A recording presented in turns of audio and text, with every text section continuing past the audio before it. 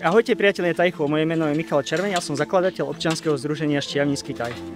Práve organizujeme veľmi výnimočnú brigádu dobrovoľnícku na Jarkoch, kde dobrovoľníci čistia 300-ročný úsek jedného z jarkov.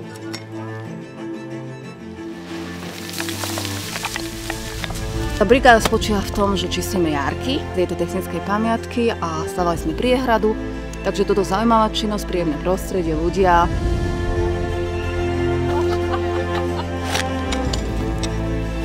Baví nás to tu, radi sem chodíme, lebo táto činnosť má zmysel.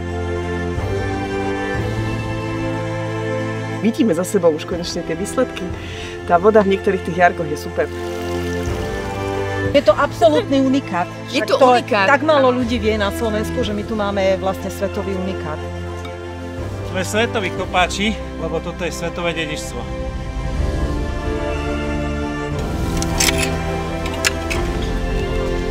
Zmysel celého toho je, že lieči. Taký pobyt pracovný lieči.